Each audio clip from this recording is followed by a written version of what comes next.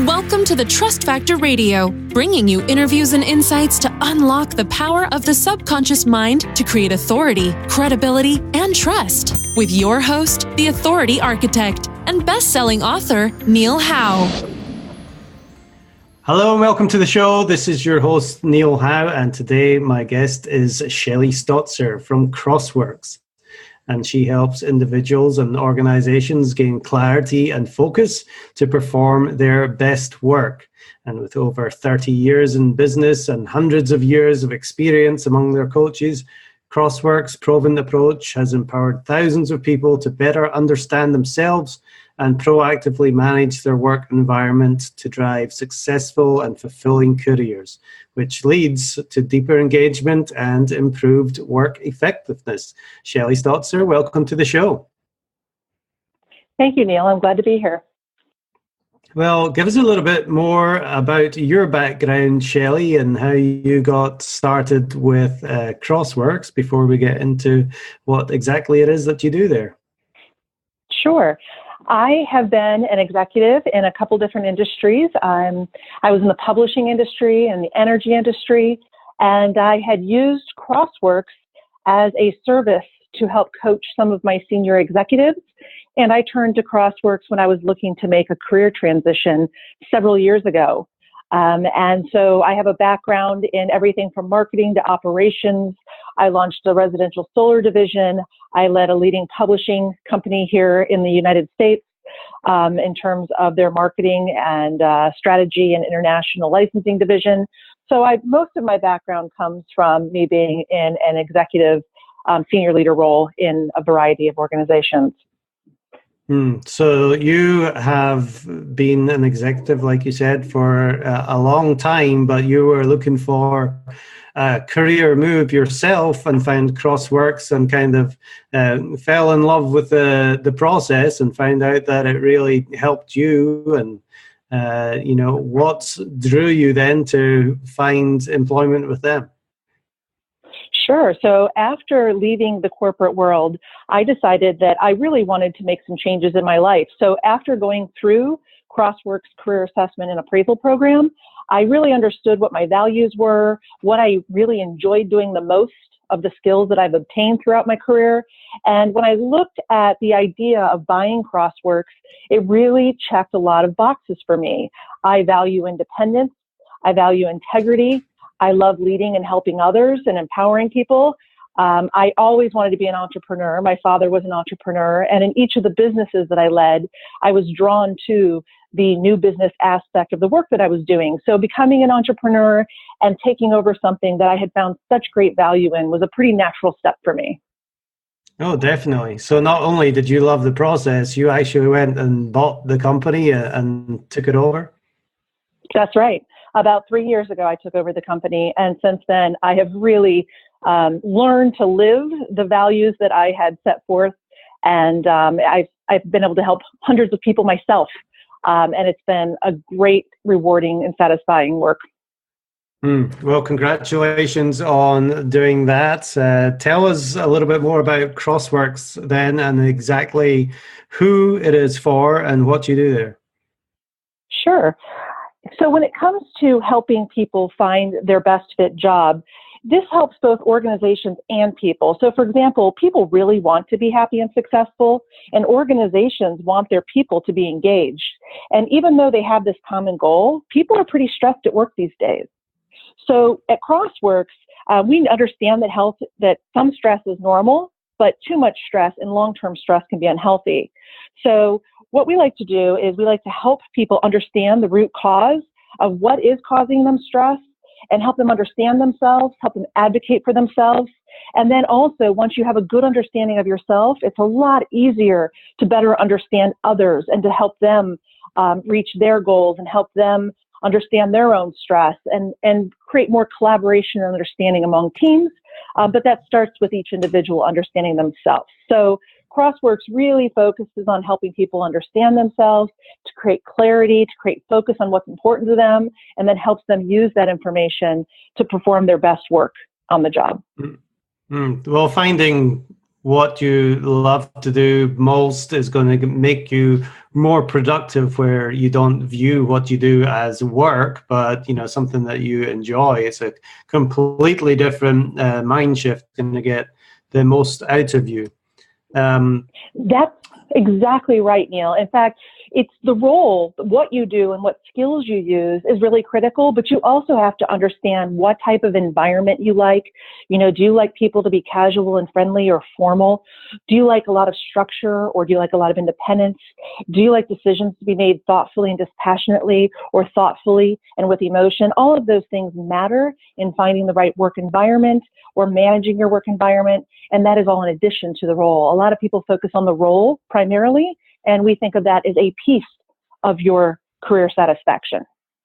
Yeah, we're definitely going to have to get a little bit more into that. But who is it? You mentioned individuals and organizations. Who is it that really is looking for this help? What kind of person?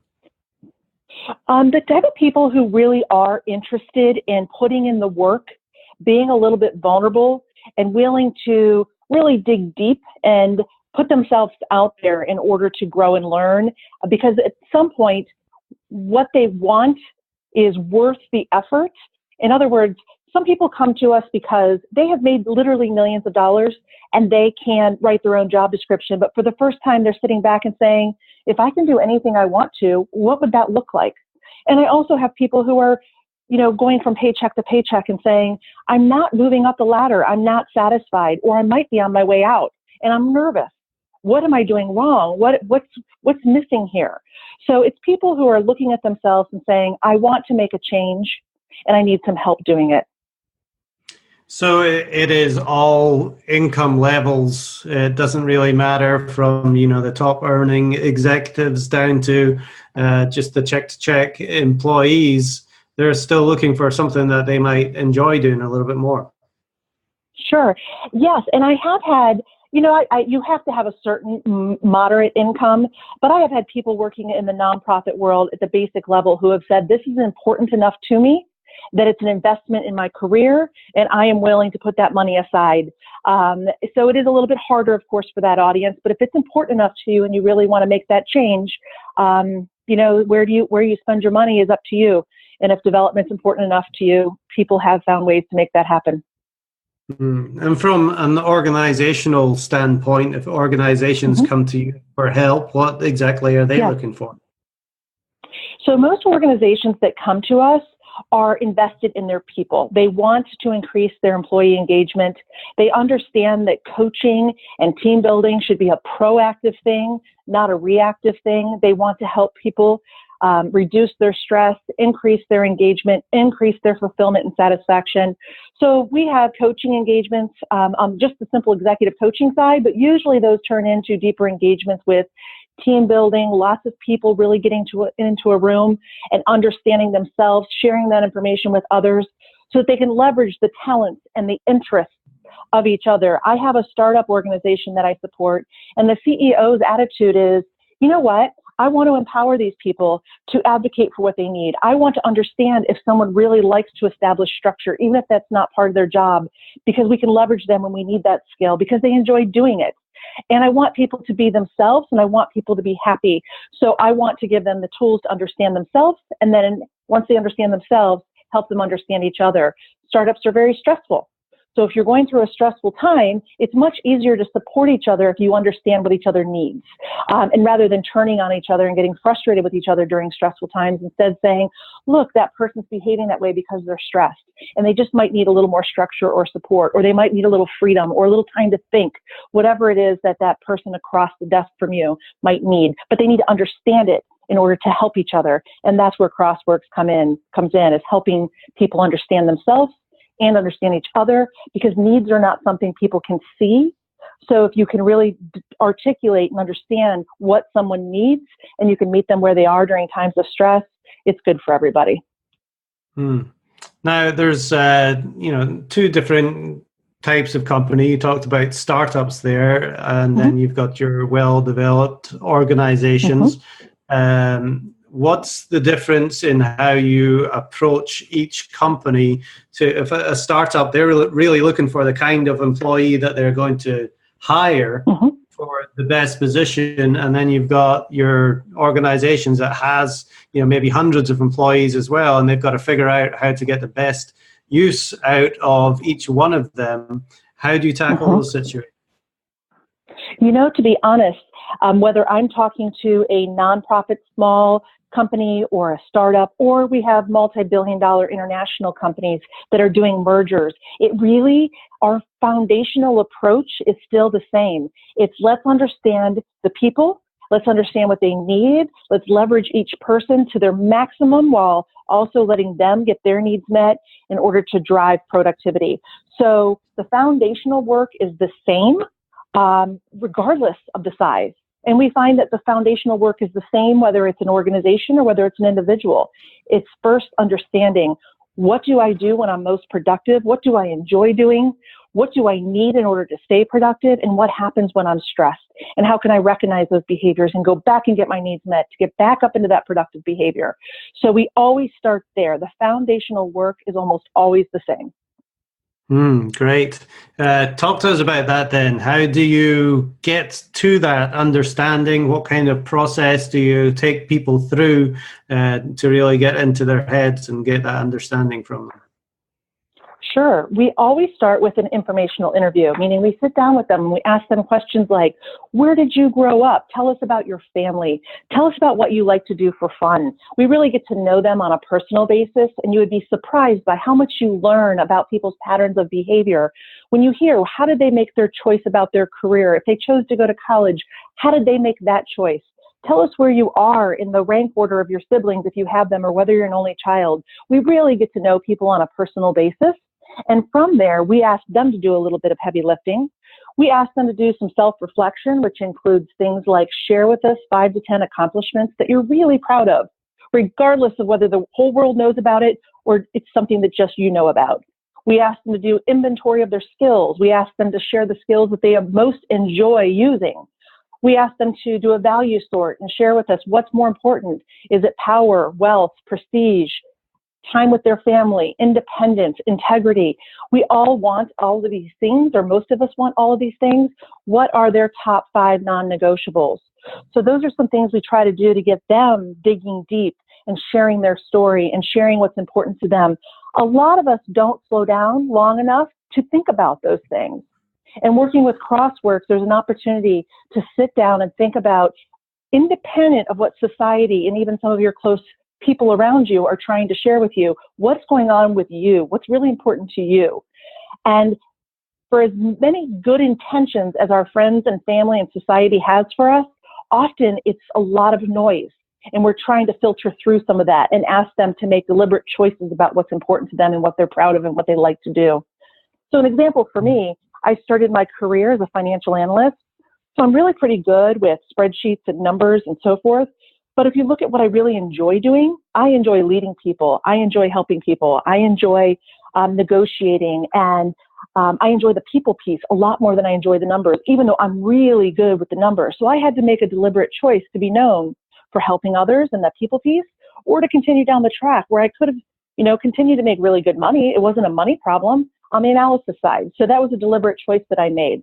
And without putting society aside for a minute, it would be really hard to do, because the path ahead of me that was being laid out for me was very much along the number side. So just because you can doesn't mean you should. So after we understand them through their guided self-reflection, we get into an assessment that we use. It's called Berkman, is our current assessment tool, but there are multiple assessment tools out there. We choose Berkman because it helps identify not just what people like to do, but how they like to do it and what they need out of their environment. So we pull all of that together and start to tell a story. That foundational work applies to the majority of the contracts and a majority of the work that we're doing these days. Wow. I mean, that's really interesting data, I'm sure, that you get from that. How many, or, statistically, what percentage, if you could just take a guess if you don't know, are really worried about the income, and how many are more focused on just, enjoying what they do? I would say by far there is more, at least the people who come to me, there is more interest in enjoyment independence, time with family. There are certainly people out there who say power, prestige, wealth are important to them, but a lot of the people who come through my program, that is not in their top 5. Wealth is not in their top 5. Well, that's interesting to know. I think one study or survey came out that, a wage of about 70,000 a year was about that. I can't exactly remember what the study was saying, but anything above that is like, it's not going to increase your happiness level at all. That is directionally what I see as well. Once a person reaches a reasonable income and they don't have to worry about paying their bills, then it switches over to another level of satisfaction, happiness, and fulfillment that they're seeking. So what stops people from taking action then, Shelly, and moving from the career that they're in, maybe a well-paid career, to doing something completely different and finding out more about themselves and what might be a better fit? So I will answer that in 2 pieces. What stops them from moving forward to understand is one set of circumstances. Sometimes people decide that it's a little too vulnerable and a little too risky, and they're just not ready for that move. That's one reason people might not move forward with our services. Sometimes they are stopped by being concerned with the financial aspect of the program. Although I find that that's usually not the primary concern, it certainly comes up once in a while as a reason why they don't want to make the move in terms of signing up and understanding. Now, once they have the information, there are a different set of reasons why they choose not to move on it. Sometimes it's simply they look at the program and they say, you know what, because one of the steps in our program is to benchmark what you have today compared to what you said is important to you. And sometimes they look at it and they say, you know what, I have enough good to work with here that I just need to advocate for myself a little bit more in my current organization or in my current role, because it's really not as bad as I thought. And there are just a couple things here that are causing me a lot of stress. And if I just make a little adjustment or advocate for myself, I feel like I could talk to my boss about this. And they want to stick with where they are and take those chances with their current organization. So that might stop someone from making a big move. And, sometimes when people go through the program, they find that it's not the job function that's the problem. An example, recently, I had 2 people come from the same large tech company. One of them came through and said, I need to get out of sales. I'm done with sales. And the other guy said, I need to get out of this company. Their values no longer align with mine. So they both went through the program from the same company. They didn't know each other was going through it. The one guy who said, I need to get out of sales, by the time he went through the program, he decided that it was not a problem with sales. He's actually a fantastic salesperson, is good at it and enjoys it. He just needed to get out of that company because he could not get over an experience that he had there, and he needed to move on in order to move up. So he stayed in sales and just moved to another large tech company, got a raise, everything was fine.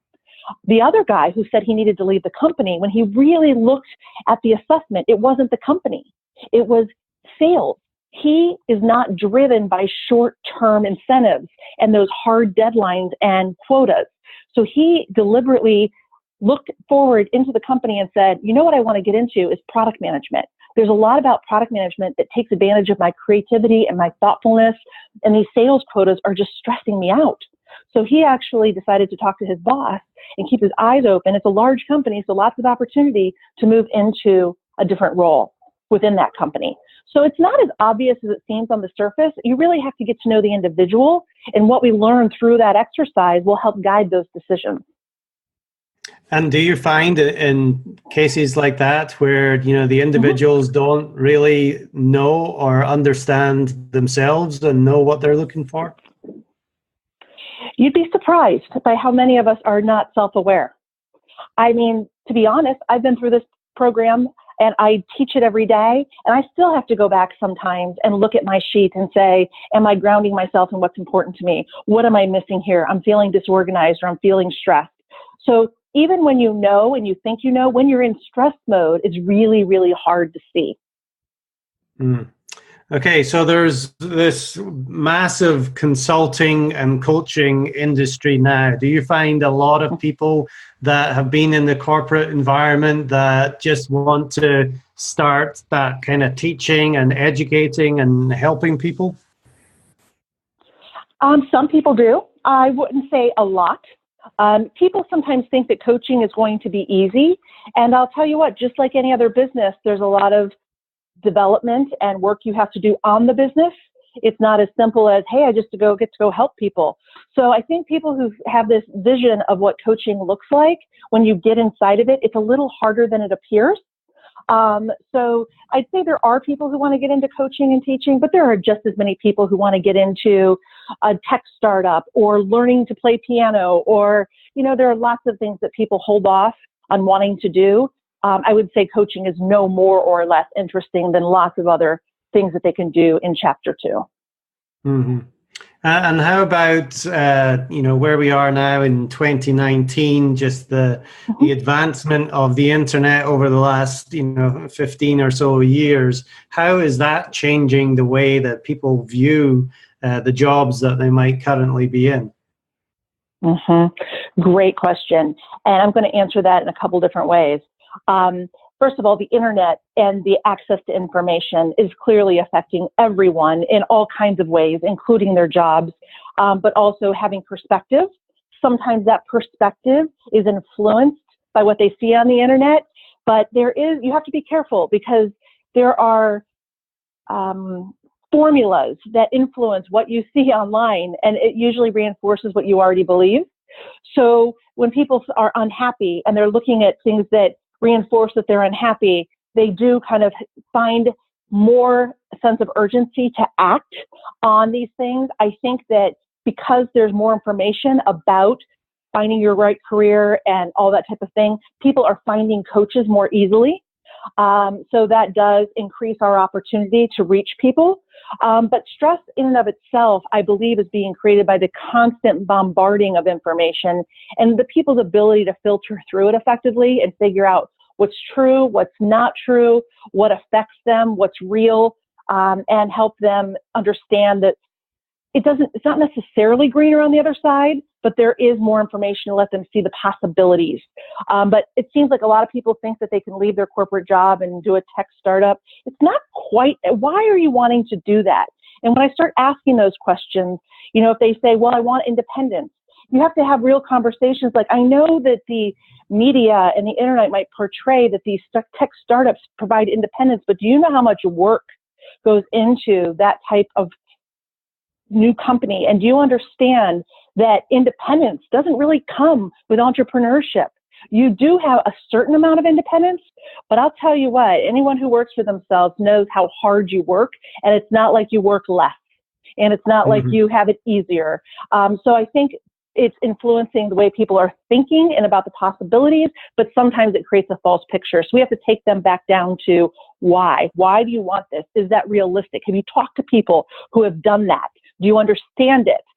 Because sometimes the media and the internet can portray a picture that's not complete. Well, Shelly, you've worked with many, many people over the last few years. And is there anybody that really sticks out in your mind that really had a complete life change and gone on to great things? What was their story? How were you able to help them? And how did it change your lives? Sure. I have so many success stories, and I'll tell you that my best days are when I get a letter or an email from a client saying, I've landed this. I'm so happy. I appreciate you. You've changed my life. And I've had that happen on many, many levels. I can talk about the extremely successful person who came to me and said, oh my gosh, you've opened my eyes to something that I never thought about before. I didn't realize that I had this creative side. And that person went on to become a writer and do things completely outside their industry. And they've sent me tons of people that they've met over the years to say, you need to talk to this person. She can help you. She can help you. And so his story is fantastic. I would have to ask permission to share specifics, which makes it a little tricky. But I've also had a woman who came from a nonprofit who worked with children every day, and she loved that, helping the underprivileged find their way into high schools and into college, but she was so burnt out, but she wanted to continue to help. And she is someone who did not get paid a lot. And she decided the way she wanted to continue to help was to start grant writing and to help use her experience and her knowledge and her writing skills to help people in a different way. So I also had a man who had lots of money from a realty company that he owned, but he was so unhappy. He always wanted to be a police officer. And after going through the program, it reinforced everything he believed about wanting to be a police officer. So he gave up his very well-to-do career to move into a service role. So each story is different and each story is unique. And I love every single one of them. So it's really hard to pull any single one out, but those are a few that really stand out to me. Excellent. Now, this is always a great question. Knowing what you know now, Shelly, about what it is that you do, is there anything different that you would have done in your career at an earlier age? I don't think I would. And I've thought about this a lot. First of all, I am not someone who looks in the rearview mirror with much regret. I feel like I don't know if I would be the same person or if I would know the same things or I would have the same perspective today if I had done things differently. So overall, I would say no, I wouldn't. What I learned when I really look back at my entire career, going back to even college, is people always came to me for career advice. People always came to me to ask me to help them with their resumes. People would come to me, even when I was in a senior executive role, people junior in the organization would come and say, I have this opportunity. What do you think? And so I feel like I always had this in me, and it was always a part of who I was and what I did. And I think I needed all of those executive experiences, that networking opportunity, that pressure to perform in order to be able to relate to many of my clients today. So the short answer is no. I feel like every experience helped me get to where I am today. Great, very good. What's the one thing that we might not have covered yet that you could share with somebody who is, considering a different occupation? I guess one piece of advice I would have is if you are struggling and you're uncertain, reach out and at least explore getting some outside perspective. Don't wait until you're frustrated with your company or your company's frustrated with you or you've been let out the door. It's unnecessary. There is a misperception in the marketplace that people think that only people that are having problems, unemployed, underemployed, unhappy are coming to us. And we prefer to help people when they're still in a good place, when they don't have the pressure to make these decisions, when they have the money and the time and the headspace to really dig in deep and understand themselves. So I guess that short version of that answer is don't wait. If you're even thinking that another career opportunity could be a good one for you, or even a better opportunity where you are could be a good one for you, do it while you're in a good place. Don't wait till you're unhappy. The other thing I would say, are there any telltale signs other than, being stressed in the position that you're in? I often ask people at the end of the day, how do you feel? Do you feel like you are satisfied and you have energy, or are you drained? And that's a big telltale sign. If you feel at the end of the day that you feel positive, you have a smile on your face, that's great. But if most days you don't, I would have to pause and think, what's not working here? And again, it doesn't mean you're going to quit your job. It doesn't mean you have to change functions or even companies, but understand what it is you're lacking and advocate for yourself. That's great advice. Well, Shelly, we've definitely got a lot of information from you. I did kind of cut you off there if there was something else that you wanted to include. No, I feel great about the conversation. All right. Well, great stuff. If people are listening to this then and they want to reach out to you for some help and guiding them in the direction that they might go, what is the best way for them to do that? The best way is to set up a free introductory call via our website. There's a place where you can self-schedule 20 minutes just to learn more about us, and we can learn more about you. And that website is www.crossworks.com. And it's spelled a little tricky, so it's CROSWORKS. works.com. That's the best way to get in touch with us, is to actually set some time to talk to us. Excellent. Shelly Stotzer, she's the owner of Crosworks at CROSWORKS.com. Thank you very much for being my guest on Trust Factor Radio today. Thank you, Neil, and I hope you have a wonderful weekend. Thank you. And to our listening audience, if you like what you hear, hit that like button and share, and we'll see you next time on the show.